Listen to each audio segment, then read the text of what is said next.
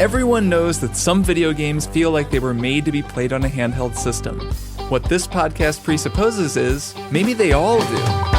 Welcome to Triple Click, where we bring the games to you. This week we're talking about handheld gaming, the Switch, the Steam Deck, classics like the Game Boy and the Vita, and how our relationship with handheld gaming has changed our relationship with games. Let's charge our batteries and get into it.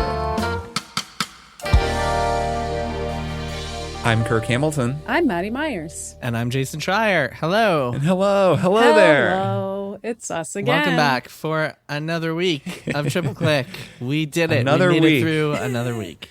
Did we? Did we though? Because we're recording this early and we don't know. Maybe we didn't make it through the week. Hey, man, I was trying to maintain the illusion No, here. I think we got to be honest. What if something Well, really weird happens next week and we still run the episode? Or there's but, huge there's a news that's meteor? happened. I don't Grand know. Theft Oh, Auto my 7 leaks on Yeah, based on the last 2 weeks, since I started my paternity leave, there's just been Right. nonstop crazy news every single day. So So there people probably might be will wondering, some Yeah. why wild aren't they news. talking about the big news? Why are they talking about this Yeah. topic? But, that's because we recorded this a week early. And Yes. sometimes you have to do Yes, we that did. in podcasting. It's yeah, true. so we're doing that. So hopefully you all listening made it through the past week at least, and hopefully we did too. We don't know. We're talking to ourselves in the future, and we're talking to all of you in the future now too. Though I suppose we always do that whenever we record the show. All right, I'm not going to get derailed by this quantum pondering. Yeah, we always record in the past. That's so wild when you think about it. Pretty wild. Why do we keep doing that? I don't know. It's really podcasting is a form of time travel, and our form of time travel is entirely supported by listeners. How's that for a transition? Hey, We works. love It all works. of you who support Triple Click, all of you who've become members of Maximum Fun to help us keep this time travel machine running. Your support, your membership is the stuff that we put into the flux capacitor to power it up. That's so right. We can fly our DeLorean straight into the camera and onward into the future. So anyways, yeah, we appreciate everyone's support, and that's how we keep making this show. And if you want to become a member of Maximum Fun and support the creation of Triple Click and all the other Maximum Fun shows, you can go to MaximumFun.org/join. And doing so, becoming a member, will get you access to a whole bunch of bonus episodes from a whole bunch of different shows, including this one. We do a monthly bonus episode. And by the time you're listening to this, the September bonus episode will be up. It is us discussing 5 games apiece that formed us in our youths. So these are games that are good and games that were not great, but games that were important to us in some ways. It was really fun. We already recorded it, and it was a cool conversation. So yeah, MaximumFun.org/join if you want to become a member and support our show. And thanks so much to everyone who already does so. All right, Maddy, what are we talking about this week? This week we are talking about handheld video games. We This sure is are. the closest that I think we're going to get to a Steam Deck episode, which I believe we could have done between the three of us, but it seemed too cruel and also just not comprehensive enough because a lot of people don't have a Steam Deck yet. I was living that life not that long ago. I would mention that it is more possible to get a Steam Deck now than it ever has been, and it That's will true. become They've more really and more upped easy their as time shipping. goes on. And so. more possible to get a Steam Deck than a PS5, I think, still. I don't know. Yes. Yeah, I mean, you can at least sign up to get one, and you will get one at some point. With Right. PS5, that's not even possible. Yeah, with a Steam Deck, you can pre-order anytime. Yeah. With a PS5, you can't just up and pre-order. With a Steam Deck, you can pre-order. You just have to wait a little while. So this seemed like, I would say the timing on this is a lot less cruel than it would have been if we were doing them when we very first got them. Yes, Which absolutely. did always feel a little like, why am I talking about this thing that nobody can even have? Yeah. Oh, so we'll do a little bit of that, but there are some other examples too. So obviously the Switch OLED is out. Switch is kind of old news, but it's new news for a lot of people who got one during the pandemic, including my darling girlfriend. And also Logitech this past week that we're recording this announced that they're going to have a handheld device, the G Cloud gaming handheld, they're calling it. And it's mostly been mocked by people since that release, at least in my corner of the woods. But when I heard it, you're like, also Logitech. It's like, what? Wait, what? Logitech? I mean, I feel like the main thing that's newsy about this is the fact that it's $350. It's like, oh, what, do you guys not know that you're supposed to be the budget option for something like this? Like, it's Logitech, Right. but Heyo. And then the other examples that are very trendy, but which I don't believe any of the three of us have, are the retro handhelds. There are a bunch of sort of Kickstarter and crowd funds for stuff like this. There's the Playdate, the Analog Pocket. There's this other one that Kirk put on the list that I've never heard of, the Anbernic. Oh, the Anbernic RG351P. Ooh. So to explain these a little bit, Yeah, the reason that I please. put them on the list. So I should say Playdate is in its own category because it's not really a retro handheld. It's got the crank, right? It's got the little crank on it. Yes, this is I don't know if it was crowdsourced, but I think it's Panic selling it. It's a very cool device from what I gather, but it is a boutique handheld that plays unique games that are designed for it. Among other people, Lucas Pope, I think, designed a game for it. It's probably pretty cool since he makes cool games, but they kind of got a bunch of developers to design games specifically for that device. It's a little different than something like the Analog Pocket, which I know people really like. Our friend Russ Frushtick is into retro gaming. Also, Griffin McElroy, also on the Besties, plays a bunch of these things.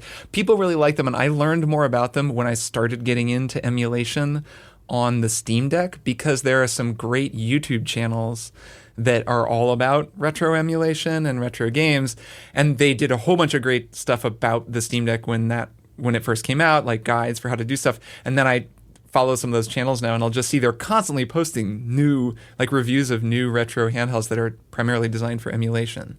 The Logitech one is a little weird because it's like an Android handheld gaming thing. It's sort of, I'm sure you can emulate a lot of stuff on it. It's meant for streaming, but it's kind of more in that camp. Like it looks a little like a Steam Deck, but it doesn't seem like it can really quite compete. Really, we just want to talk about the Steam Deck and the Switch. Well, yeah. I mean, I also think Logitech might be trying to eat a little bit of Nintendo's lunch very poorly, because the Switch also does a lot of cloud streaming these days, and many announcements that they've done have been for not necessarily a port, but for cloud streaming games. So that's kind of cool. It's a way to do things. And we've talked about streaming on the Steam Deck too, and how that works. But mainly what I wanted to talk about, and I think we all do, is that having a Steam Deck has changed my life. Having a Switch changed my life already several years ago, but having a Switch and a Steam Deck means that I can constantly game on the couch now, and I'm loving life, and I'm so excited about all the Together Alone couples hanging out that Dina and I are having. Have you two ever called it that, Together Alone? It's coined by a different lesbian couple we also know, so I don't know if it's a trend, but we call it parallel play, I believe is the term, which I think is a childhood development term. That's what my toddler does. Yes, Love it's a it. childhood development term, but it's something that adults can do as well, as you play in parallel to one another. I mean, if you're on the same development level as my 3-year-old, Kirk and Emily, you guys are parallel playing. I got it. well, they're Yes, on the yes. same as each other's developmental level, so they're That's true. That's all that parallel matters. playing with each other. But yeah, we call it Together Alone, which is when one person is playing a game and the other person is watching a TV show, and you aren't really talking to each other, but you're kind of hanging out, and every now and then you can say something to the other person, but you don't have to pay attention to what they're doing. When we do Together Alone, it's when we're watching the show alone together. So it's a little bit different. See, that I feel like is another category that is also possible, which is like Dina and I could both watch a TV show that does not require very much thought. Hate watching The Bachelorette, for example, while we are both playing a handheld video game that does require more attention, and you're just periodically looking up at the show and commenting on it together. This is a true 2022 lifestyle choice. This multiple forms of media coming at you at the same time, and you're hanging out. I feel like this is my life now. Jason, do you do this at all? You guys are making me nostalgic for the time before I had children, when I could spend a weekend just parallel playing with my wife. Well, I don't spend the whole weekend parallel playing with Emily. Let me explain the parental perspective here, because Yeah, handheld gaming please. is a life changer if you're a parent, for several reasons. So when you have a newborn, as I do, as you guys may fondly remember, What? Had a new baby about 6 weeks ago. Yes, we're very proud of you. Go on. So when you're a newborn, there's a lot of time, especially in the middle of the night, when you're just holding him because he won't sleep on his own quite yet. And either you're feeding him a bottle with one hand, or you just have him like resting on you and you can use two hands. But either way, it's a perfect time to have a handheld gaming device. It could be your phone, it could be a Switch, it could be a Steam Deck. So I've been playing a game on my Switch, which I'll talk about with my it's my one more thing this week. So I'll get to it a little bit later. But I've been playing it a lot while holding a baby at 4 a.m. So that's been my key gaming time. That can also be true during the day. And then the other part of the parental equation is if you have an older kid and you like want to congregate in the same room as them, so you don't want to like go off to your office or something, depending on your specific living setup. In my house, I have my office where my computer is and my consoles are, and then we have our family room where we spend most of our time and where my kids' toys are and stuff.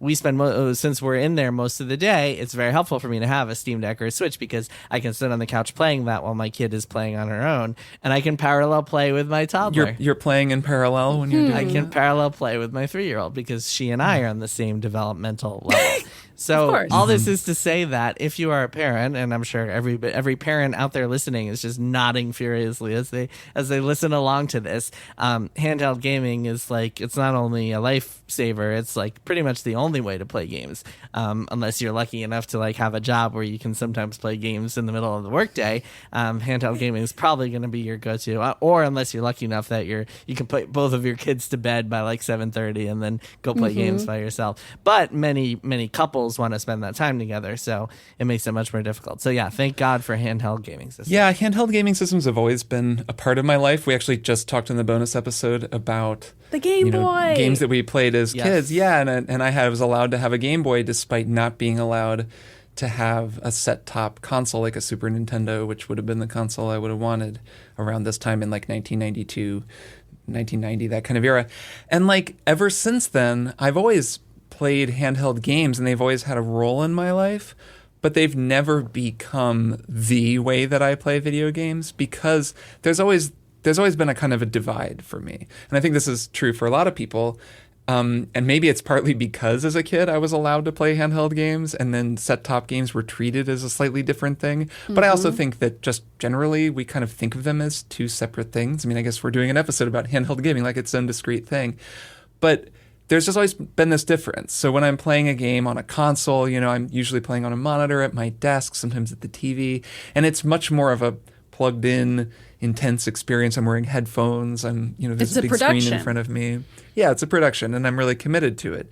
And for the longest time, handheld gaming was just a separate thing that I would do. So I had a DS for a while, and I played a whole bunch of games on DS.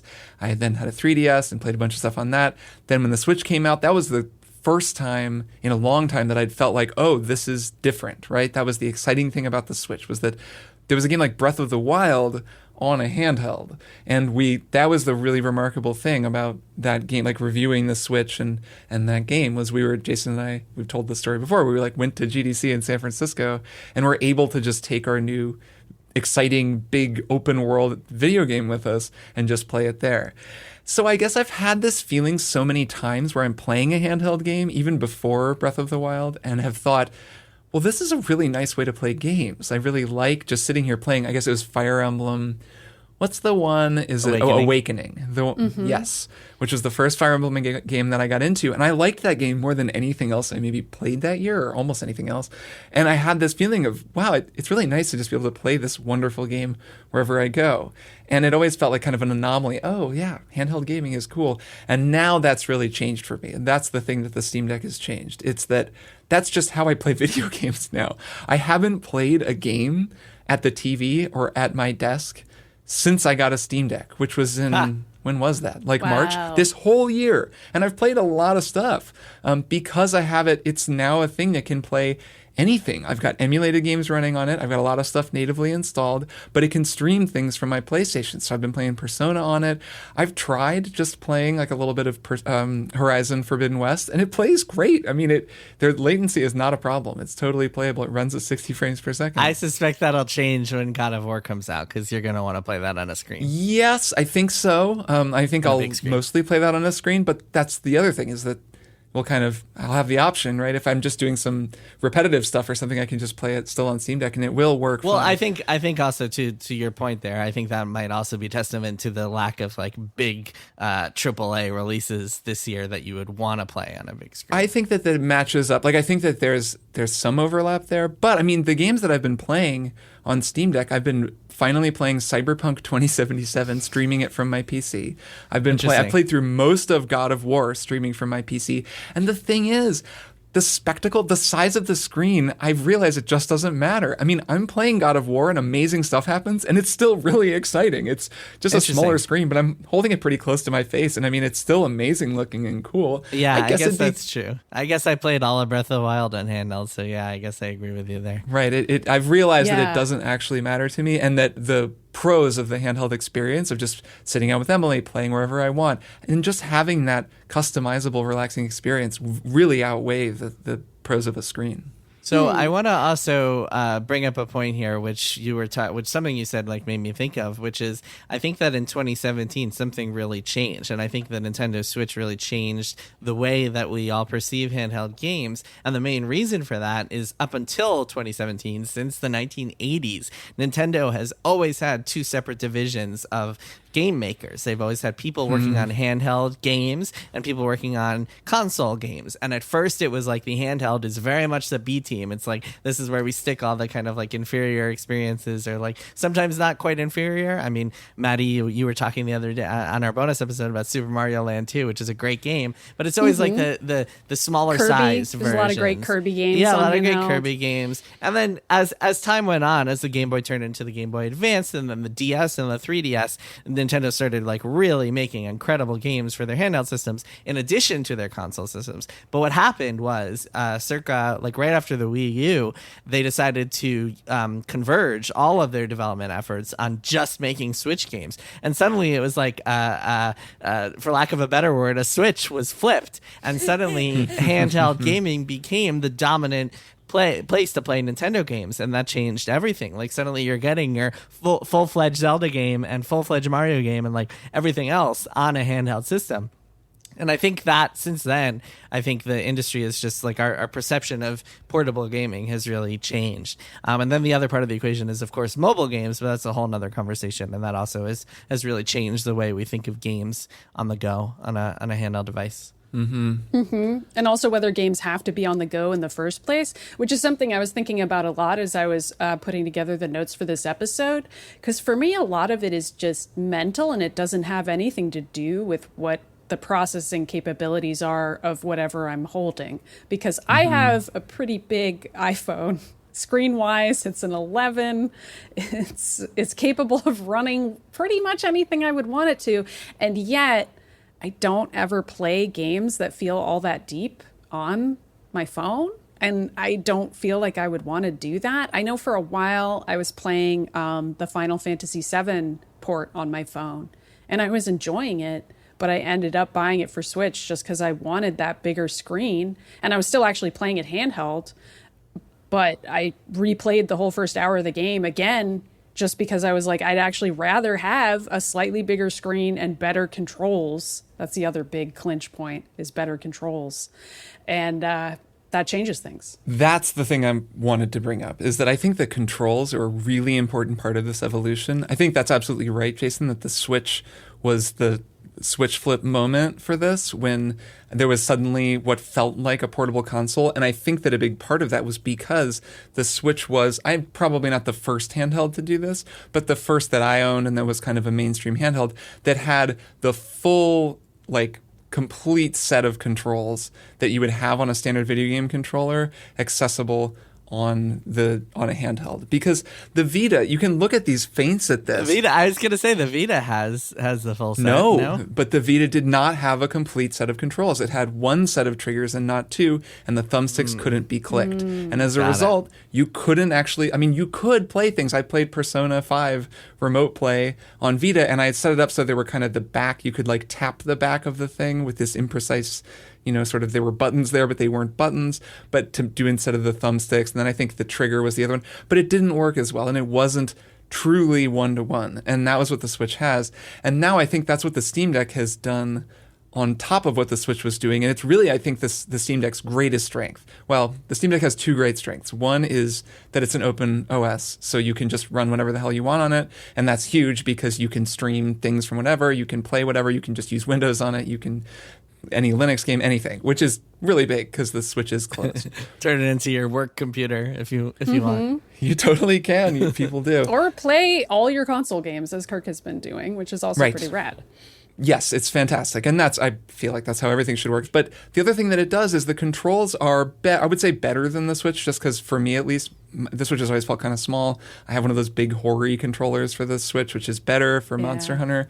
But it still isn't, totally great. I mean, or at least it's good, but it's not as good as the Steam Deck, which is really pretty incredible. I mean, it feels as good as a really nice controller with additional under buttons and trackpads. And then what they've done is the software side of it, which I talked about back when I was first talking about the Steam Deck.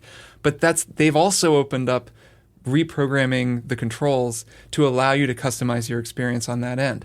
And I think a big part of the appeal of handheld gaming is the customizability of your environment when you're playing games, which is that's just a way to think of it. Is it's not just that it's mobile, you can take it with you on the train or traveling.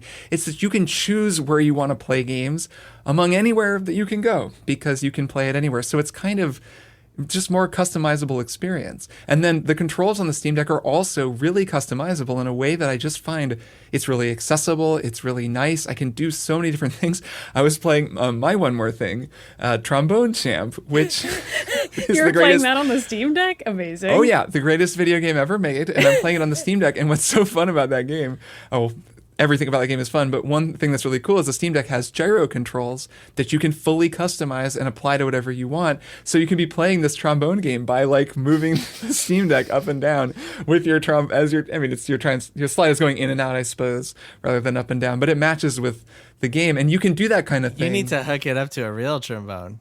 Yeah, someone will. I'm not going to be the person to do that. Yeah. It's inevitable, and get a perfect score. But the point is, I don't know, for playing shooters, you can turn on gyro aiming, you can aim with the trackpad, you can do some hybridization of things.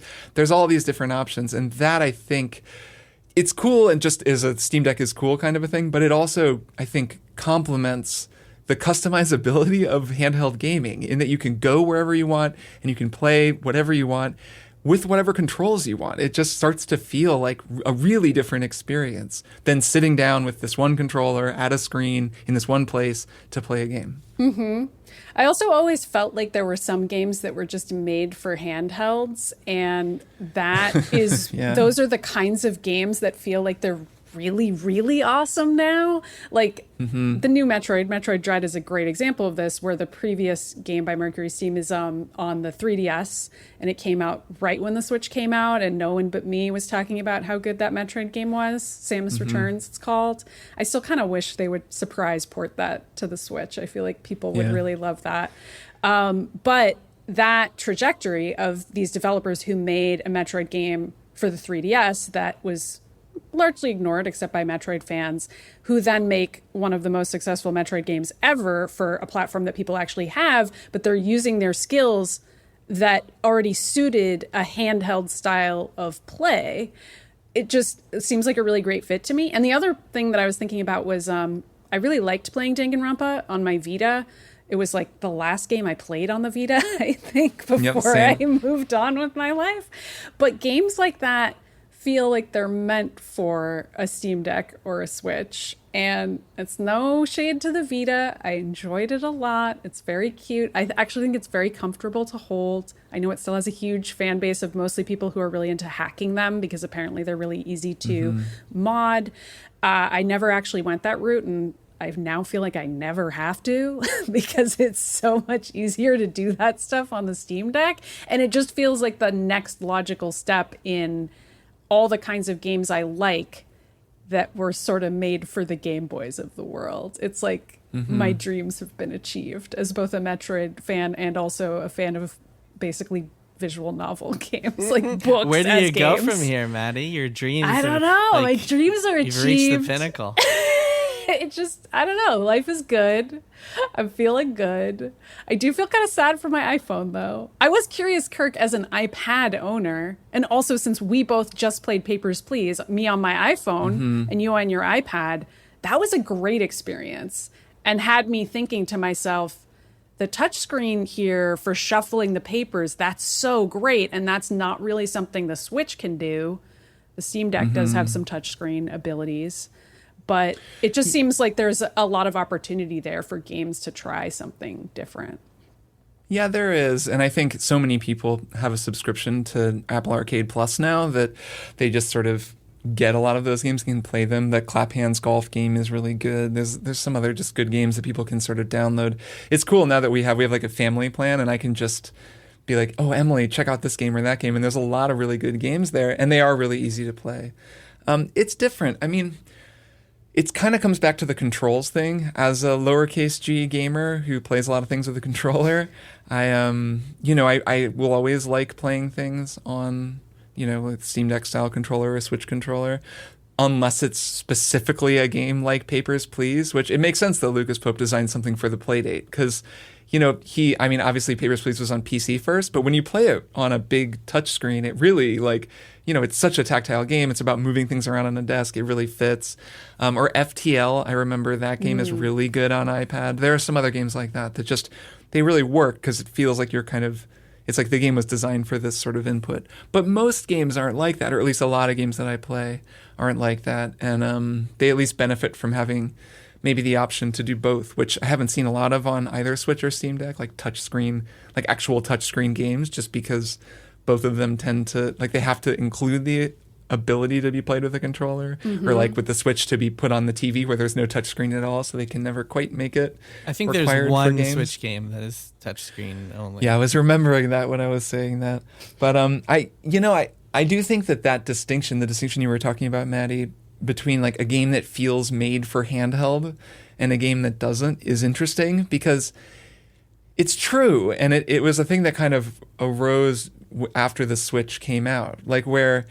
Hollow Knight, for example, when that came out on Switch, that was when a lot of people played it for the first time, including me and I think Jason.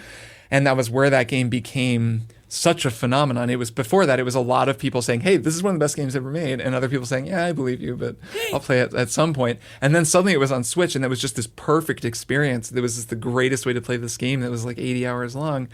And I do think, I don't know, I think that imagining that distinction is interesting, in part because I wonder if that distinction will be a sort of artifact eventually. If we'll stop thinking of this split between handheld and TV or whatever gaming the way that we do, because technology will change enough that it won't be a meaningful distinction anymore, and then people won't think of games in that way anymore either.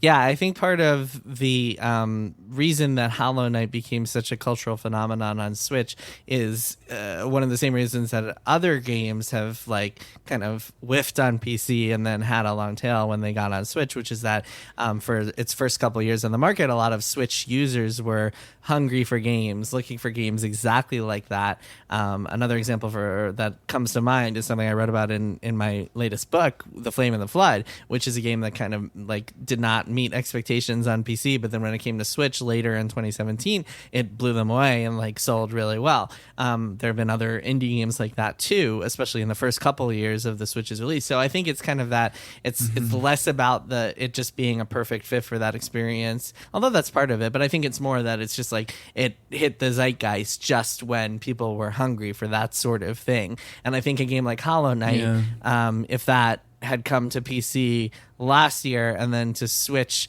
this year, I don't know that the Switch release would have made the same sort of impact as it did 3 years ago when it came out. I'm not sure. It's an interesting thought experiment, just because there's so many other options. I do think that Hollow Knight was pretty successful on PC when it came out. That's it did thing. Well for itself. Yes. It just then became much bigger when it came to Switch. Yeah, and I think part of that is timing. I really think part of that is just the timing of it all. But yeah, obviously it's a tremendous game, and the other part of that equation question also is that I believe the Hollow Knight developers had announced from the get-go that they were coming to PC and Switch, or at least very close to the PC release. They said they were coming to Switch, which made a lot of people inclined to wait for the Switch release.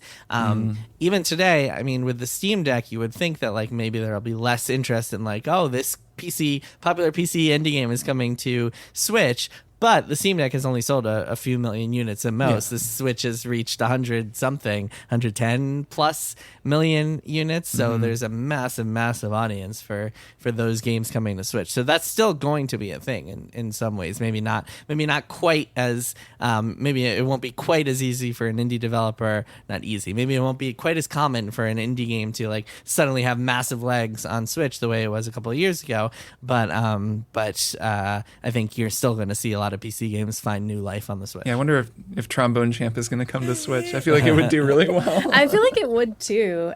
But that game also feels like, I don't know that it's that deep.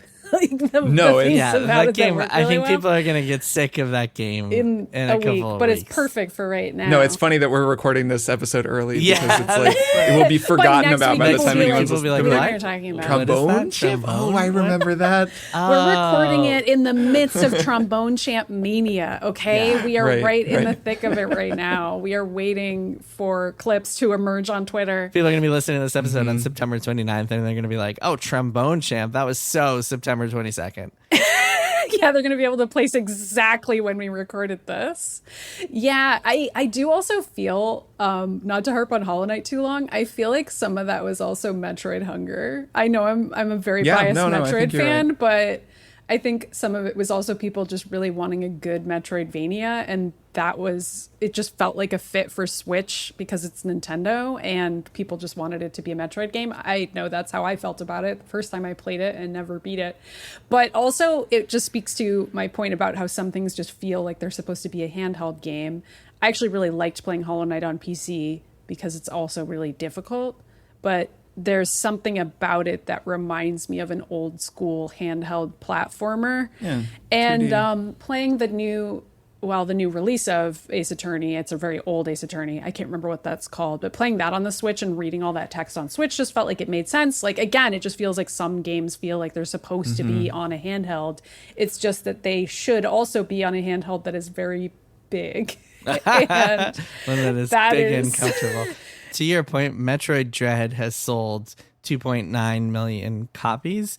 Hollow Knight has sold 2.8 million copies. So I'm not sure. I feel like there's probably not the hunger for Metroid. I think critics tend to believe is higher. Is more insatiable than it actually is. Like I don't think there's as much of an audience for those games. You could be right. Yeah. There's also like Castlevania fans and other people with their own 2D. Well, I wouldn't be fandoms. shocked if Silksong outsells Metroid Dread because I feel like Hollow Knight has become more of a cultural phenomenon than Metroid ever was. Well, and Silksong will be multi-platform, and also like Metroid Dread was the first mainline plot Metroid game in like 15 years that wasn't a remake or like made by another studio or whatever. I mean, we talked about that on that episode. I'm just forcing everyone to talk about Metroid. So wait, I have a handheld gaming thought. Okay. This is related to the Vita, which I at least found to be an aesthetically very pleasing object. And I think that's a big part of handheld gaming. It is. Because not all handheld systems are all that aesthetically pleasing. And I will say that for all of the things I like about the Steam Deck, I don't find it to be a very aesthetically pleasing system. I agree. It is not a good looking console.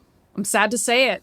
It's in earshot right now. It's sitting right here and I'm dissing it right in front of it. Oh man. It's messed up. Well, we said a lot of nice things, so hopefully that built it up. So one of the worst things is on the Steam Deck subreddit, people will post, you can get these sort of covers, like these protective covers for your Steam Deck. But they all look absolutely like boiled ass because they're like they cover all of the surfaces.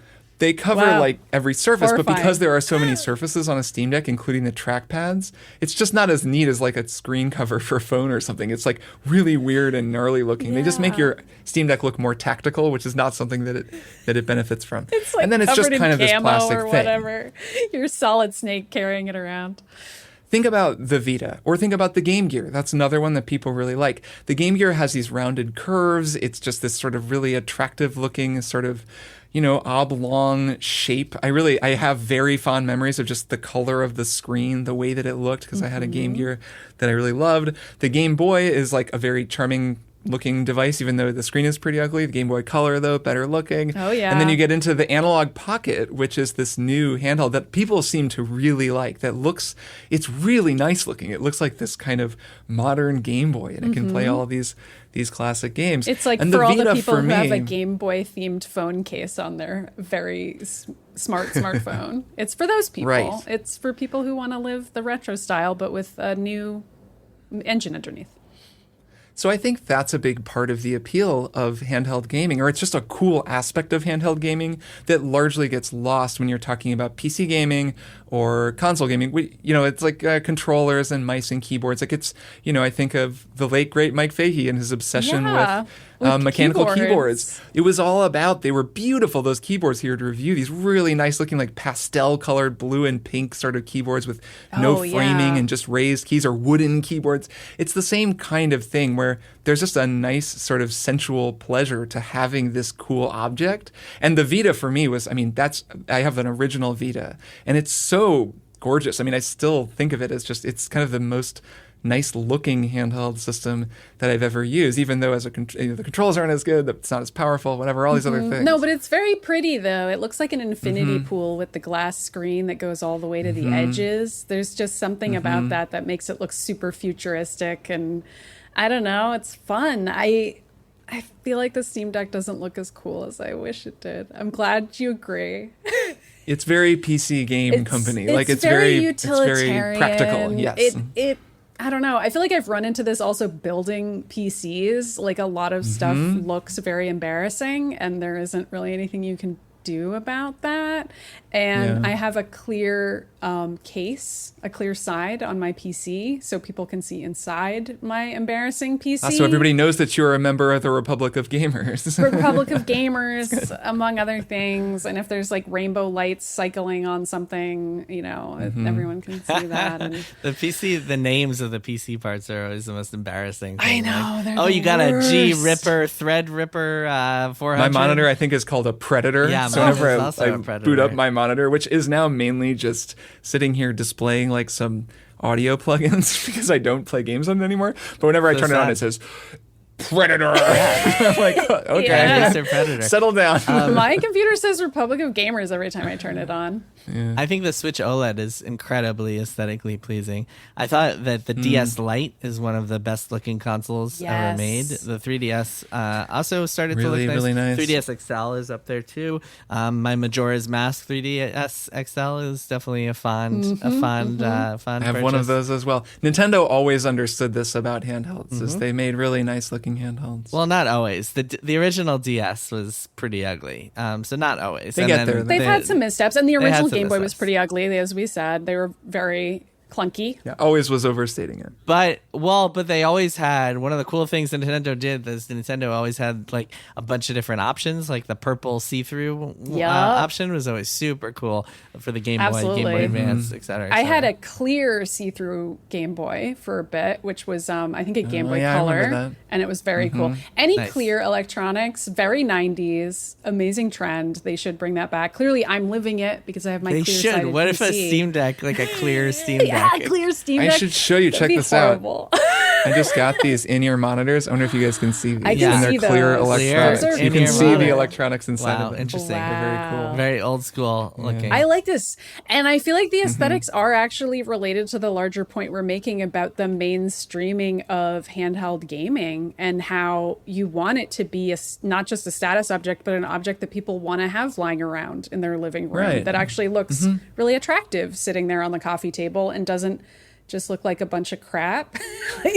Or like the Steam Deck, which does look kind of like a Star Destroyer up on the desk. I think aesthetics of handhelds are more important because you're taking it on the go. I mean, that's one thing. The Yeah. three of us have all been working from home, so we've all basically been just like not leaving our houses. But of course, the one thing that we haven't really mentioned is that with the Switch, with the Steam Deck, with any of this stuff, if you do commute to work with on public transportation, not in a car, or someone else is driving you, or if you travel a lot, if you go on planes a lot, if you go on trains a lot, Yeah. I mean, handheld gaming is just like a game changer. And the number of times that I brought my Switch with me or my 3DS or Vita or whatever it was on work trips and just like filled up an entire airplane ride with them. In fact, I was talking about this on the bonus episode, but I'll share it here too. When I was a kid, my Game Boy time, my parents said I could only use the Game Boy on trips, but on airplanes, like usually my video game time was limited, but on airplanes I could play Game Boy as long as I wanted. So it taught me to love airplane rides because it was like, oh shit, like I could play 10 hours of Game Boy if we're like traveling across or like however long the flight was, which was amazing. Yeah, I remember bringing so many batteries with me. Like, because the Game Boy took batteries. Yes, you gotta have a stack of AA batteries. 10 AA's. It was wild how many batteries I was bringing with me on trips as a child. All in the name of the Game Boy. Well, I just wish I didn't still feel kind of sad about my phone. That's my main conclusion from today's topic. But I guess we can leave it there. Kirk, you look like you have one more thing you want to say. But maybe really, it's just your one more thing. In which case, no, I'm excited to talk about that. But no, just mainly, I'm about to go on a trip. That's why we're recording our episode early, and I'm going to bring my Steam Deck with. Yeah, well, don't forget to pack your AA batteries. I will. I'm definitely going to bring my USB charging brick for the thing. So yeah. Yeah, right on. Okay, let's take a sec and be back with one more thing.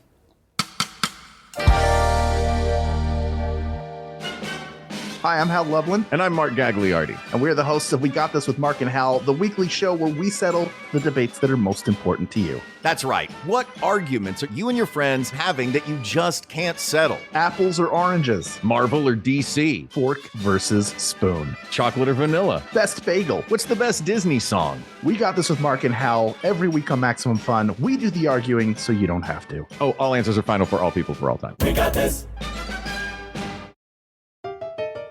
Most game shows quiz contestants about topics they don't even care about. But for more than 100 episodes, the Go Fact Yourself podcast has asked celebrity guests trivia about topics they choose for themselves. And introduced them to some of their personal heroes along the way. Oh my gosh. Shut up! I feel like I'm gonna cry. Oh my stars. It's so exciting. Join me, J. Keith Van Stratton. And me, Helen Hong, along with guests like DJ Jazzy Jeff, Yardley Smith, Roxanne Gay, and so many more on the trivia game show podcast, Go Fact Yourself. Twice a month, every month on Maximum Fun. We are back with one more thing. I will go first because mine is not a video game, and I'll be quick. So we watched Rap Shit on HBO. They put an exclamation mark in the title so that they can still have a swear word in a title on HBO. They just don't even Pretty clever. bother with Fuckboy Island. They just call it F-Boy Island, which isn't even a real word. But I'm not going to talk about F-Boy Island. Great show. But I'm going to talk about Rap Shit. Have you two heard of this? This is Issa Rae's new show. She did Insecure, another great HBO show. She's not in this one. She wrote the pilot and she's producing it, and she worked on the final episode and I think just came up with the concept for it. And there is a character, Shauna, played by Ada Osman, who is like, I don't want to say she's the Issa Rae self-insert character, but like she kind of is. She's like, she has a real Issa Rae vibe, and I mean that in the best possible way. So this is a show about two women who are aspiring rappers, and one of them is Shauna, and Shauna is the character to whom we can all relate because she's a massive nerd and her raps are way too intellectual, and she just wants everybody to hear like about her metaphor about student loans, and like nobody gives a shit about that at all. And her friend Mia, who's played by an actual, I mean, they're both wonderful performers, but this actress is known as Chameleon. That's her rap name.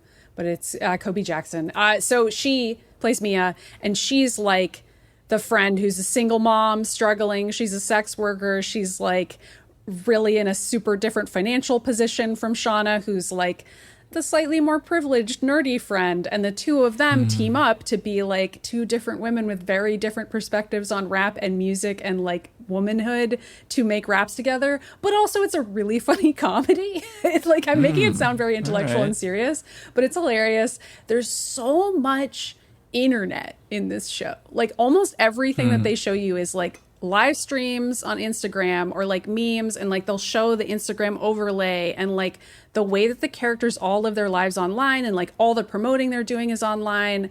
I just thought it was a really cool way to set up a show, and it's rare to see that done well and also have it feel almost overstimulating sometimes. Like some of the characters will be like putting stuff on Insta and others will be like hiding it because they're like embarrassed by it. And you're like sort of seeing everyone's version, like Rashomon style of like a club show or like how they think a song went or whatever. I just thought it was really rad. I've always thought Issa Rae was hilarious and I love her writing of nerdy women, and it's cool to see her have another success here. So it's called Rap Shit. I really recommend it. We watched the entire first season. It got renewed for a second one already, and we're pumped about it. Kind of ends on a little bit of a cliffhanger. So I'm definitely excited to watch it. I recommend it. Nice. Yeah, I liked Insecure. I watched the first season of it, and it was good. And it's funny the way that cinema, I guess, TV shows and cinema are figuring out how to incorporate technology. Oh, yeah. It's hard. Like the beginning of Crazy Rich Asians, or I've just been watching the Cyberpunk anime on Netflix, which looks like the video game a lot of the time. Like people will be talking, and the actual HUD from the video game will kind of be there because it's, kind of overlaps with the game. So it really feels like you're playing the game sometimes, but it's an anime. Yeah. It's also kind of interesting. It has that overstimulating effect. Yeah, cool. So Kirk, what's your one more thing? My one more thing is, as alluded to earlier, Trombone Champ, the hot new game that is totally dated by the time you're listening to this, and no one cares about it anymore. No, I But hope in the moment they I'm still recording do. this, Is it called Trombone Champ because they would get sued if it was Trombone Hero? I assume that's why. I am not a legal expert. And also because people are champing at the bit And I to don't play know. it, right? Chomping at the bit. I will say that Trombone Champ is actually a funnier name than Trombone Hero. Right, it is a funny name. It is a good name. It is. It's a funny name. So this game, of course, in the one day before we recorded this, went mega viral on the internet. I haven't had something like this happen in a while, where honestly, like a dozen or more people within the space of an hour or two were DMing me or posting in various Discords being like, Kirk, you have to check this out. Yeah. I didn't even send it to you because I was like, I'm sure Kirk has seen this. He has but I seen did this. think of you when I saw it. I will admit. This game is made by Holy Wow Studio. It is one of the most shareable, like social media shareable games I've seen in a long time. And it's basically a trombone-ish version of Guitar Hero, where you are playing in the actual gameplay. There's just a goofy, like basically Nintendo Mii looking character with a trombone, and you just control a slider that goes up and down the screen on a vertical as these sorts of lines come at you, and then you have to press, it's a one button game. You move the mouse and press the button, and you press the button to blow into the trombone, and then you move the mouse to slide up and down, and then you have to match up with various songs. And it's all royalty-free songs, so it's nothing but like Beethoven's Fifth, or I don't know, Hava Nagila is in there. Yeah, the Star Hava Spangled Nagila. Banner is good. Yep. So it's a bunch of those kinds of songs, which actually makes the game more fun than if it were pop songs, because they actually have a lot of fun with the arrangements. They kind of all go, like sometimes they go super epic and techno, or like they really blow up by the end despite starting kind of traditional. So I have a real thought about the way that this game is designed, but for starters, this game is like a joke that someone took so far that they turned it into a whole thing. Like when I first saw clips of this, I thought it was just going to be like a mobile thing or a free web game. But when I downloaded it and installed it, like it begins with this epic cutscene where there's a voiceover by a real voice actor about like, I don't even remember, like the universe is out of balance and it's your destiny to fix it. Like look for the baboon, and it's this music is playing and there's like the silhouette of a trombone is coming into focus from the distance. So there's all this lore and there's a whole story that they've built in. With baboons involved. The menus look great. It looks like Wii Sports. Like it looks like a Wii game when you're in the menus. The sounds, the like background music, all the menu items are smash or something like that. Like it really has this great snappy design, and then it is really fun and it's well made. Like it has good sticky friction, to use Tim Rogers' term. The physical friction of it is good, which isn't to say that it's easy to play the trombone in this game, because it is not, and that's really the key to the game, is that it is extremely, extremely silly and you're bad at it, and bad trombone playing over famous songs is very funny, which is why all these videos have gone have gone viral. So wait a minute, So- Kirk. In this game, it says like it has a pop-ups of like nice, like perfecto, and one of them is nasty, but it says nasty when you do badly. And I saw that and I was like, Yes. wait a minute, what? But Kirk told me that nasty means really good in jazz world. Yeah. Controversial. Yes, well, I think this is more of a sort of classical trombone world in which nasty just means what it means. Okay, And so it doesn't have that sort of filthy, nasty. that's very kind of a confusing. thing. I expected nasty. I swear to God, when I first started seeing clips of this, it would say nasty, nasty, nasty, and I thought it was a compliment. Like I thought that was a good thing. I think it's a little unclear because, like, you could be like, man, that trombone player busted a nasty riff. And I think a lot of people would understand that you mean that it was very impressive. So it is kind of, it was surprising that the game used that. I've had one friend asked me the same question. He was like, wait, does nasty mean you did badly? And I'm like, I guess it does. But I don't know. They could have used something else there. But I do It's enjoy also that funny it's because perfecto if you get a perfect. Right. But even when it says you've done it perfecto, it usually sounds like shit. I mean, that's also kind of part of the joke is that even when you're supposedly performing well, often a trombone in this setting of these songs sounds terrible. Right, so here that's the cool thing about the game in the way that it's designed, and also the really funny thing. For starters, it's that the way that these arrangements are done, you are playing the lead part of like the William Tell Overture or something, which is not, there's a trombone part in that, or there can be, but it's going to be playing like, Yeah. while the trumpets play the famous part that everybody sings. But in this, the trombone is in the front of the orchestra playing solo Like the on full everything. lead melody of every song. Yes. Like Beethoven's Fifth, it's like da da da da, which like the trombone Right. would be. I mean, it's No. crazy sounding. Anyway.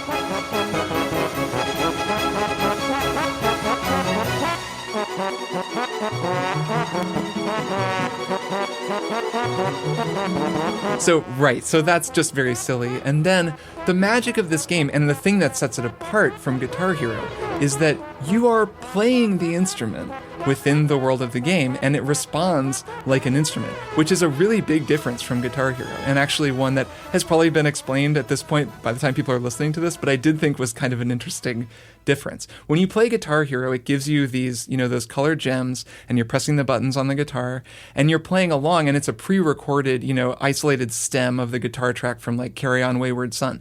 And so you're playing that, and then when you make a mistake, you like press the blue gem when it's supposed to be the red one, and you strum. It just goes clank, and nothing comes out. And the feeling is really deflating, right? Because the music kind of stops. Like the guitar track just goes away, and you're like, oh shit, like we were really rocking, and now there's no guitar at all. That's not funny. Like, that's just sort of frustrating. It doesn't sound good. You feel bad. It like stops you. This is very different. And I think it's the key to why this game is so successful. In this game, anytime you click, the trombone begins playing a note. And when you release, the trombone stops. And then you just start playing. So as a result, your failures become music, and it starts to sound like what I'm probably playing in the background right now is me playing this game and trying to do well, which is hilarious trombone failure, tooting all over the place with like loud notes and slides and mistakes, and that's really funny. So failing in this game becomes just as much fun as doing well, and it's a really big difference between this and something like Guitar Hero.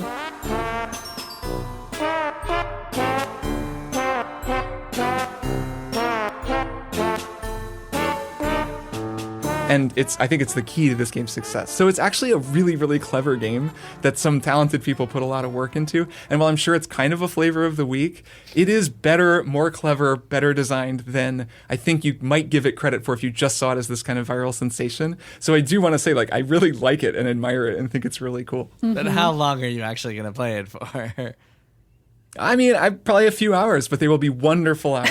Okay. A few hours is plenty for a video game. Yeah, it's more than most. I'm just waiting for someone to beat all of Elden Ring with a trombone for a controller. Well, see, first we need to come up with a trombone peripheral for Trombone Champ, and then from there we use that peripheral to beat Elden Ring. And by we, I mean gamers. I do look forward to the videos of people like getting perfect scores that sound really good, because it's possible. It would be very hard, but someone will do it because it's the world of gaming. Someone's going to do it. I hope so. Jason, what is your one more thing? My one more thing is a game called The Legend of Heroes Trails from Zero. That name sounds might like be a Jason-esque little game messy, to me. little bit of a messy name there. I think it sounds good. The Legend of Heroes. Trails from Zero. let me give a nice little bit little of ride to context here. This is part of an ongoing series from the Japanese developer Falcom called Kiseki in Japanese, Kiseki, which has had kind of a very long and turbulent history for various reasons, one of which being that not all of the games that came out in Japan have made it out in the States, and those that did had very turbulent localization processes, which I've written about a little bit on Kotaku.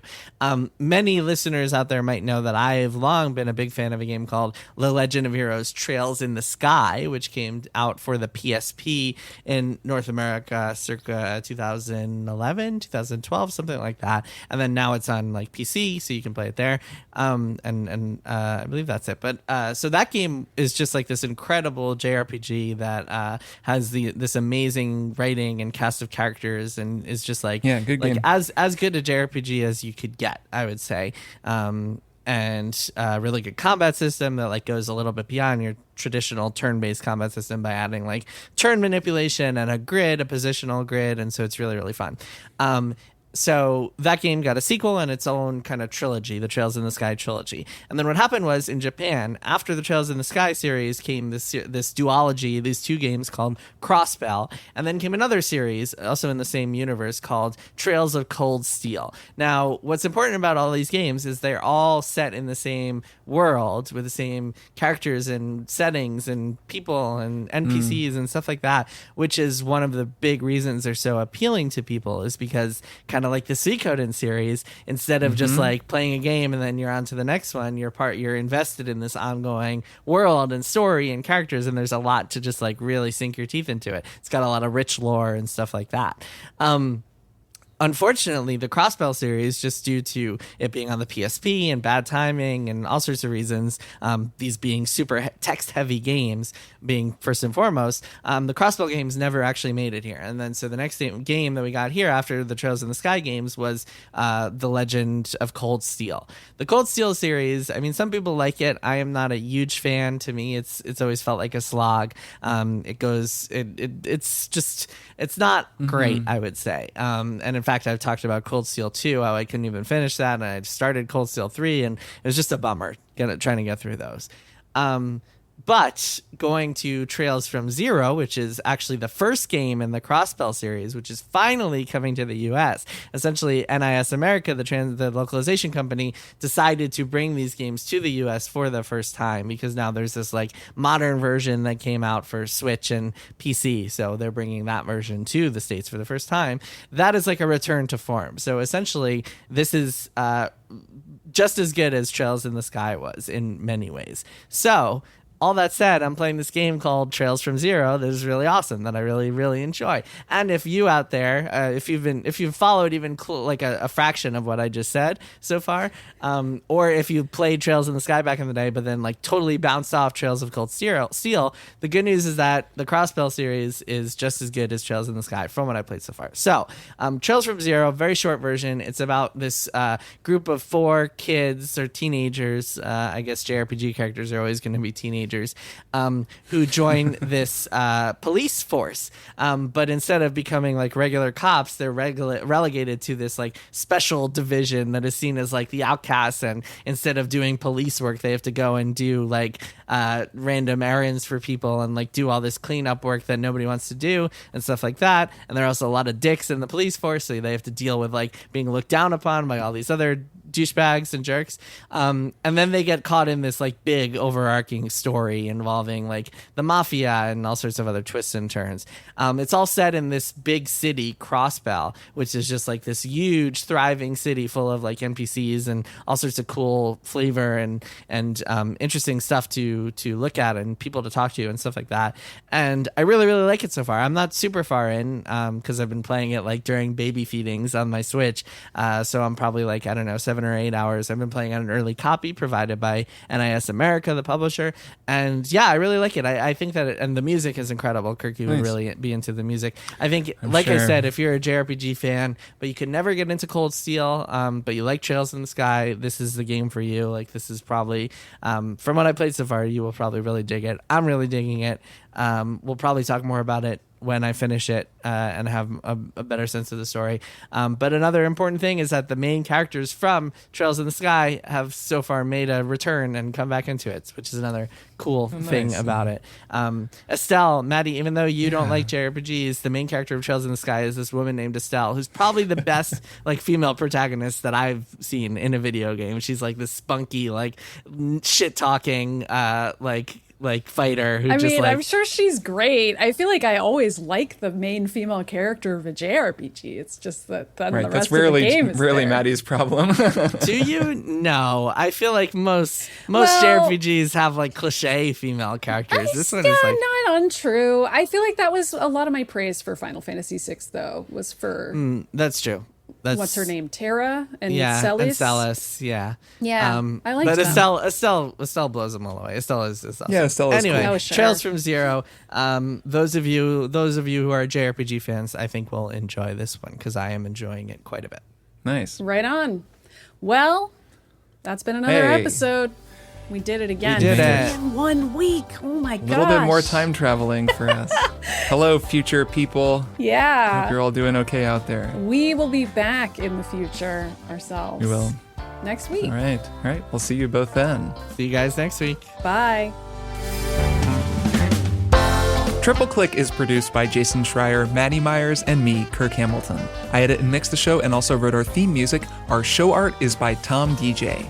Some of the games and products we talked about on this episode may have been sent to us for free for review consideration. You can find a link to our ethics policy in the show notes.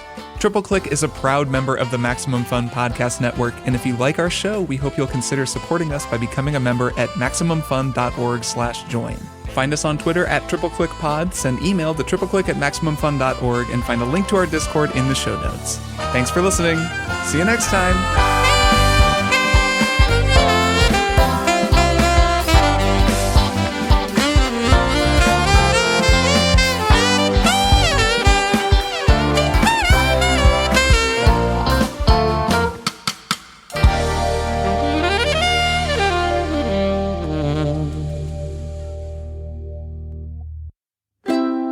MaximumFun.org.